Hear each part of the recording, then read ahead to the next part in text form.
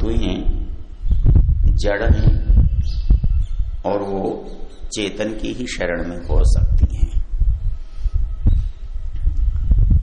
एक शब्द आया अम्भ किमासीत गहनम गभीरम। ये अम्भ शब्द कहीं और भी आया है, कहाँ आया है? अम्भ सलिलम एक स्थान पर आया है, ऐतरेय में। ऐतरेय में वो कहता है, भगवान बैठा था फुर्सत में, उसने चारों तरफ नजर दौड़ाई। स ईक्षत लोकानुसृजाई थी। अब खाली बैठी क्या करें, कुछ बना लेना चाहिए, तो उसने लोकानुसृजाई थी, लोगों की रचना करते। तो वहां जो लोगों की रचना की तो उसने 4 लोक बनाए। अम्भ परेण दिवम द्यौ, मरीचि मर आप, ऊपर से नीचे का क्रम है। कहता है कि जो द्युलोक से ऊपर का क्षेत्र है वो अम्भ, जो द्यू का क्षेत्र है वो मरीचि, अंतरिक्ष वाला जो है अम्भ मरीचि, और जो पृथ्वी है ये मरा, हाँ मरने वाला है, यहां मरने के लिए रहती, और इसके नीचे है आप जल। ऐसी लोक की चर्चा और कहां आई है? सबसे विस्तृत चर्चा योग दर्शन में आई है। उसने तो सारे 7 लोक, तल अतल वितल पाताल, और उसके खंड, उसके द्वीप, उसके पर्वत, वो बहुत सारी लंबी चौड़ी चर्चा उसमें दी है। इसमें आप कभी देखना, कहीं कुछ आपको मिलेगा, कहीं कुछ मिलेगा, कहीं कुछ मिलेगा। जैसे ऐतरेय में तो मिला कि भाई 4 लोग बनाए, तो अम्भ मरीचि मर आप। अब इसमें जो आगे जी की चर्चा है वो प्रकृति के मूल की नहीं है, वो विराट से आगे की चर्चा करता है। वो जो प्रारंभिक चीज है सत्वर स्तंभ वाली, वो नहीं करता। वो कहता है कि अंडम निरभिद्यता, उसने एक अंडा बना दिया, मतलब अंडे से पहले की स्थिति के बारे में चर्चा नहीं। और अंडम निरभिद्यता, अब क्या हुआ, उसने अंडे में छेद किए। पहले क्या बना, मुख बन गया, उसमें से क्या निकला? कहता है कि उसमें से जो तेज है वो सूर्य बन करके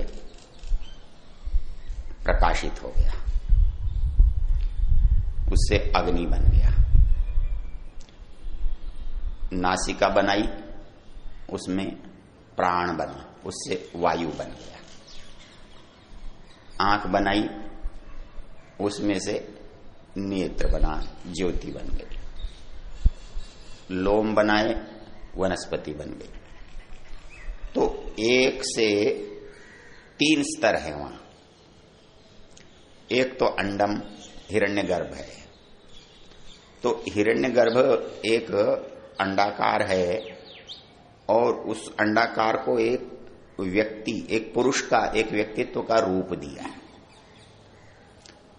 तो जैसे एक सामान्य जो प्राणी है, पुरुष है,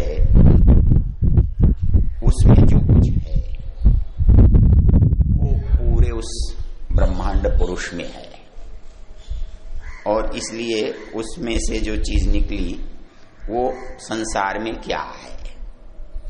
तो हिरण्यगर्भ की सूरज आंख है, चंद्रमा मन है, वनस्पतियां उसके लोम हैं, दिशाएं उसके श्रोत्र हैं, वायु उसका प्राण है, आदि आदि। अब वो कहता है ये तो बन गया, ब्रह्मांड बन गया। अब बनाना क्या था? पिंड। पिंड बनाया तो अब क्या है, इसमें कुछ था नहीं, इसमें तो डालना है। तो कहां से उसको उल्टा कर दिया, हिरण्यगर्भ में से निकला था तो संसार में ये बना, संसार का ये भाग इसमें आया तो क्या बना, अग्निर्वाग भूत्वा मुखम प्राविशत। अग्नि जो है वाणी का रूप लेकर के मुख में चला गया। दिशा श्रोत्र भूत्वा कर्णौ प्राविशत, दिशाएं श्रोत्र बनकर कानों में आ गई। वायु प्राणो भूत्वा नासिका प्राविशत, वायु प्राण बनकर के नासिका में प्रविष्ट हो। औषधि वनस्पतियों लोमानी भूत्वा त्वचम प्राविशत, औषधि वनस्पतियां लोम का रूप धारण करके इस शरीर में आ गई। चंद्रमा मनोभूत्वा हृदयम प्राविशत, चंद्रमा मन बन करके हृदय में प्रविष्ट हो गया। तो बाकी सब इसी तरह से, इसमें एक क्रम है। एक ब्रह्मांड में है, ब्रह्मांड से जो बना हुआ उसमें है, और एक इससे जो बना उसमें इसका क्या, ये हवा के कारण हवा है। चलो इसमें आगे चल करके इस बनाने की क्रम को उसने कहा ये सब बन तो गया, लेकिन ये सब बिना शरीर का था। आंख नाक कान ये वो सब देवता बन गए। तो ये बनने की जो प्रविष्ट होने का क्रम है, ये होगा तो शरीर में, शरीर बनाओगे तब ये चीजें उसमें आएंगी। तो पहले उसने जब अलग अलग बना के रखा था तो लोकानुसृजाई थी, लोकों को बनाऊं। फिर बोले खाली लोक बनाने से क्या फायदा, घर बना दिया तो घर में रहने वाला भी तो बनाना चाहिए। तो कहता है लोकपालानुसृजाई थी, लोकपाल भी बना लेते हैं, देवता भी बना लेते हैं, ताकि वो इनमें इसका उपयोग करें, इसके अंदर निवास करें। अब वो इसमें निवास करते हैं। अब इसमें एक चीज वहां लिखता है, वो कहता है कि एक चीज और बना दी उसने, कहता है कि भूख और प्यास, भूख और प्यास को बना दिया। बुभुक्षा पिपासाभ्याम अन्वावर्जत से, तो भूख और प्यास। कहता है कि जब आपने कोई चीज बनाई तो कहने लगा तुमने बना तो दिया हमको, अब रहने की जगह भी तो दो। तो उसने कहा अच्छा चल तुम्हारे लिए जगह बनाते हैं। गामानयत, उसने एक गाय का शरीर बनाकर कहा कि तुम इसमें रह जाओ। कहते नो वही नो अयम अलमीति, ये हमारे लिए बढ़िया नहीं है, अच्छी चीज बनाओ। तो वो घोड़े को बनाया। अश्वमानयत, कहता नो वही नो अयम अलमीति, ये भी हमारे लिए बढ़िया नहीं। तो फिर वो कहता है पुरुषम आनयत, तो वो फिर मनुष्य के शरीर को ले आता है। बोले ये घर तुम्हारे लिए कैसा रहेगा, कहते सुकृतम बताई। हाँ बोले ये तो कोई चीज बनी। तब वो आता है अग्निर्वाग भूत्वा मुखम प्राविशत, अक्षिणी सूर्यो नेत्रे भूत्वा चक्षुषी प्राविशत, कर्णौ श्रुत्र भूत्वा कर्णम प्राविशत। तो सारा का सारा जो संसार है ना वो आपके शरीर में है। इसके लिए अपने यहां एक संस्कृत में कहावत है, यद पिंडे तद ब्रह्मांडे, जो आपके पिंड में है वो समस्त ब्रह्मांड में है। तो ये सृष्टि का जो क्रम है ऐतरेय में बनाया। ऐतरेय में थोड़ा और आगे भी है। वो कहता है ये तो बना दिया, अब बनाने के बाद भूख प्यास ने कहा कि हमारे लिए भी तो कोई जगह बनाओ इस शरीर में। वो कहता है कि मैं इन सब के साथ ही तुझे जोड़ देता हूं, अन्वावर्जत, कि ये सारे तेरे बिना दुखी होंगे। चलो भूख प्यास भी बना दी। कहते हैं अब भूख प्यास बना दी तो भूख लगी, अब क्या करें। तो कहता है कि वो अन्नम एभ्य सृजा इति, सो अभी तप्तस्य अन्नम एभ्य सृजा इति। बोले अच्छा चलो अब मैंने इनको बना दिया है तो अन्न भी बना देना चाहिए। अब अन्न बनाया तो भूख प्यास तो सारी इंद्रियों को थी और सारी इंद्रियां दौड़ पड़ी, पकड़ो पकड़ो पकड़ो, किसी की पकड़ में नहीं आया। समझाने का तरीका वहां बहुत अच्छा है, बहुत ही सुंदर है। कहता है कि ये वाणी अन्न के पीछे पड़ी और वाणी से अन्न पकड़ में आ जाता तो बोलने से तृप्ति हो जानी चाहिए थी, और तो इसका कोई उपयोग है नहीं। बोले त्वचा ने भी बहुत दौड़ लगाई। बोले यदि त्वचा से अन्न पकड़ में आ जाता तो स्पर्श से तृप्ति हो जानी चाहिए थी। नासिका ने, प्राण ने बहुत दौड़ लगाई, यदि प्राण से अन्न पकड़ में आ जाता तो सूंघने से तृप्ति हो जानी चाहिए थी। शब्द ने दौड़ लगाई, शब्द से यदि तृप्ति होती तो सुनने से हलवा कह दिया और तृप्त हो गया, ऐसा तो नहीं होता। तो इस सारे क्रम बताने के बाद कहता है अपानेन आवयत, अपान से उसने उसको पकड़ लिया और इसलिए वो अन्न जो है उसकी पकड़ में आ गया। तो इसलिए हमारे शरीर में अन्न को धारण करने के लिए भूख तो सबको लगती है, लेकिन इन सबको लगाने से कुछ नहीं होता जब तक वो अन्न पकड़ में नहीं आता। इसके बाद वो एक बड़ी रोचक बात कहता है कि ये सब बना दिया तो जीवात्मा सबसे पीछे है। वो कहता है आंखों ने देख लिया, कानों ने सुन लिया, हाथों ने कर लिया, पैरों ने चल लिया, ये सब अपने आप ही करेंगे तो फिर मैं क्या हूं? कथम नु रीते स्यात् मद रीते, कथम नु स्यात् मद रीते, मेरे बिना ये है क्या? तो हमारे खोपड़ियों में जो छेद है उसमें खंड हैं, ये जब ये बच्चा होता है ना तो इसकी हड्डियां टुकड़ों में जुड़ती हैं।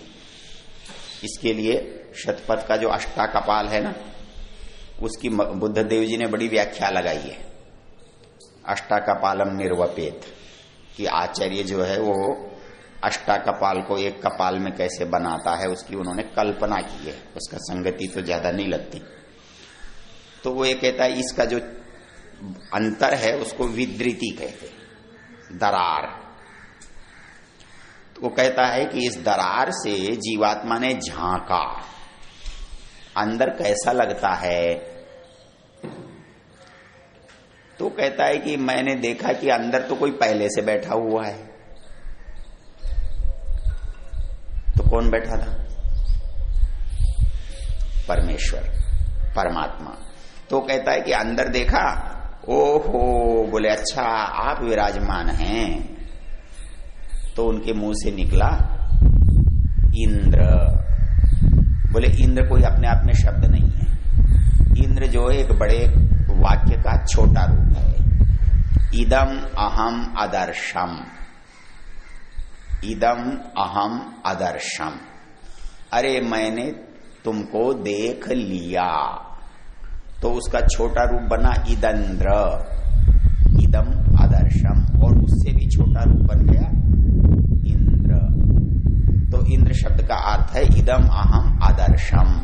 जब आत्मा ने विद्रिति दरार से अंदर झांका तो उसे परमेश्वर की उपस्थिति वहां पहले दिखाई दी और उसने कहा अच्छा अच्छा अच्छा ठीक है, तो तुमने मेरे लिए भी जगह बना रखी है, तुम पहले से यहां पर हो। तो वो पूरा का पूरा जो प्रकरण है वो सृष्टि की उत्पत्ति वहां से लेकर के यहां तक आता है। इसकी भूमिका की जरूरत क्यों पड़ी? ये इसलिए कि अब जो बात अगले मंत्र में कही है वो इसमें पूरी कही, मतलब रचना की कही, और रचना किसके लिए उसकी भी कही। तो दूसरा जो ये मंत्र है नासदासी नो सदासी तदानी नासिद्र जो नो व्योमा परोयत किमा वरीवह को कस्य शर्मन अंभ किमासित गहनम गभीरम।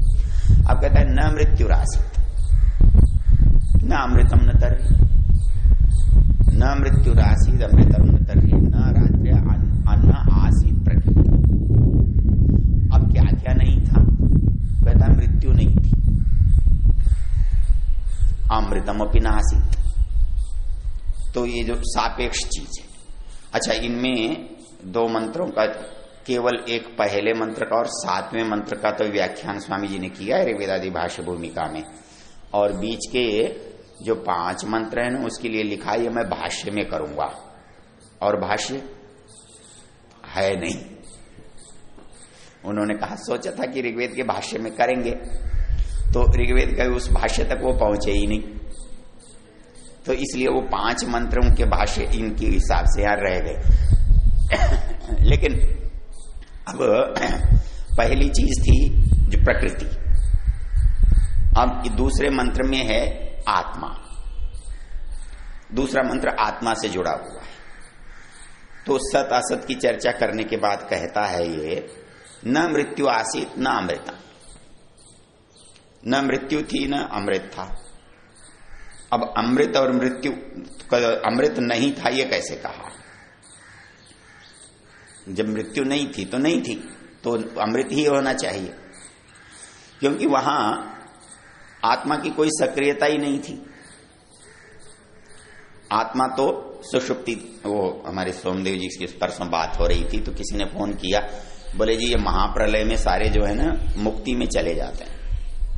मैंने कहा भैया देख, मुक्ति में चले जाएंगे तो 2 लाभ होंगे। एक लाभ तो ये होगा कि बिना कुछ किए मुक्ति में चले जाएंगे, थोड़े दिन धक्के खाते रहेंगे, किसी दिन आखिरी दिन प्रलय वाला दिन आएगा, सबको ही मुक्ति मिलेगी, अपने को भी मिल जाएगी, एक।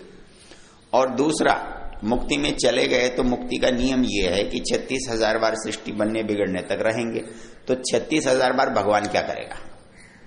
क्योंकि जीवात्मा तो कोई यहां होगा ही नहीं, क्योंकि वो उनका कहना क्या है, जीवात्मा कहां रहेगा? ये कुछ ऐसा तर्क है कि मेरे घर में अलमारी नहीं है, मैं चीज कहां रखूंगा? होता क्या है कि हम अपने से उसको तोलते हैं, हम जैसा जैसा करते हैं हमको सोचते हैं उसको भी कुछ रखने के लिए स्थान चाहिए, भी रखता होगा। भाई सोचने की बात यह है कि आप जब तक सृष्टि में हैं तो सूक्ष्म शरीर के साथ है, और सूक्ष्म शरीर भौतिक है। तो अब एक बात बताओ कि प्रलय होगा तो भौतिक शरीर नष्ट होगा कि नहीं होगा? भौतिक है तो नष्ट होना ही होना है।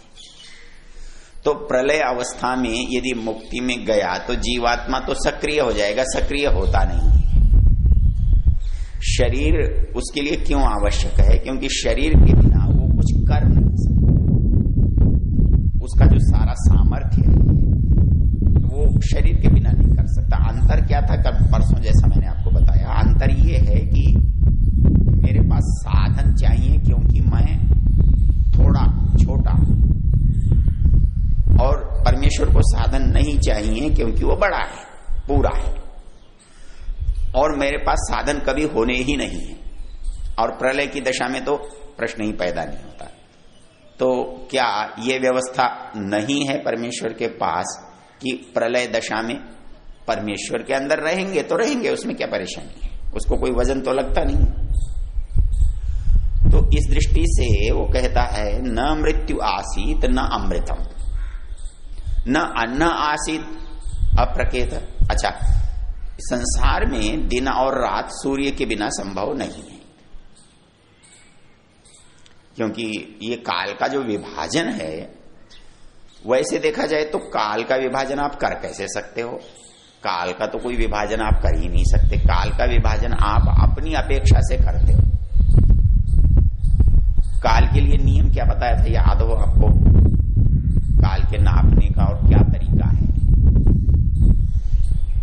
केवल एक, पहले और पीछे, और कोई तरीका ही नहीं।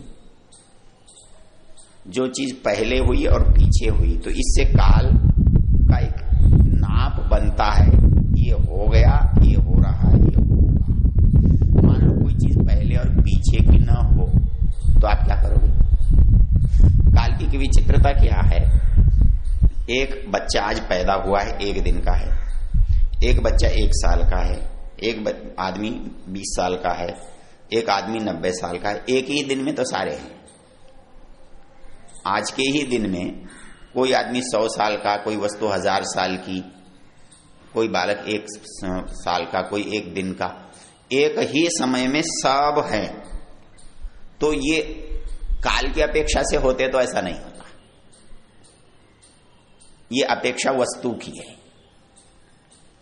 तो वस्तु से काल का निर्धारण हो रहा है, काल से कुछ भी निर्धारण नहीं हो रहा। काल तो एक रस बह रहा है, कालो अश्वो वहति, तो ये काल अश्व वहति।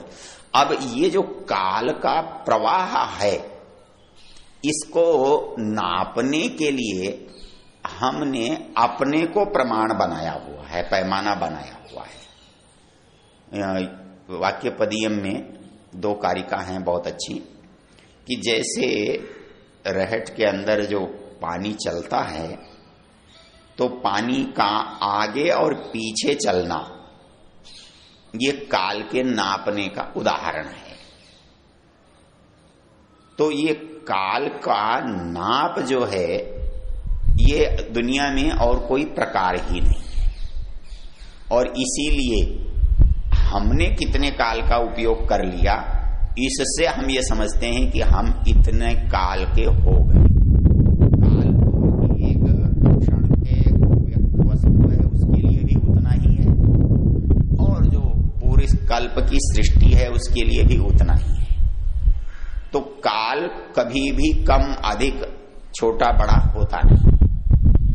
तो होती कौन सी चीजें? वस्तुएं होती हैं। तो उन वस्तुओं की अपेक्षा से एक व्यक्ति आज पैदा हुआ है और एक व्यक्ति पहले हुआ है, एक व्यक्ति बाद में हुआ, तो उनका जो अंतर आएगा वो वस्तु की अपेक्षा से या व्यक्ति की अपेक्षा से होगा, काल की अपेक्षा से नहीं होगा। तो कहता है कि ये जो काल में विभाजन आया, ये सूर्य से आता है, क्योंकि सूर्य के उदय होने के साथ हमने दिन का प्रारंभ माना है, और अस्त होने के साथ रात्रि को माना है।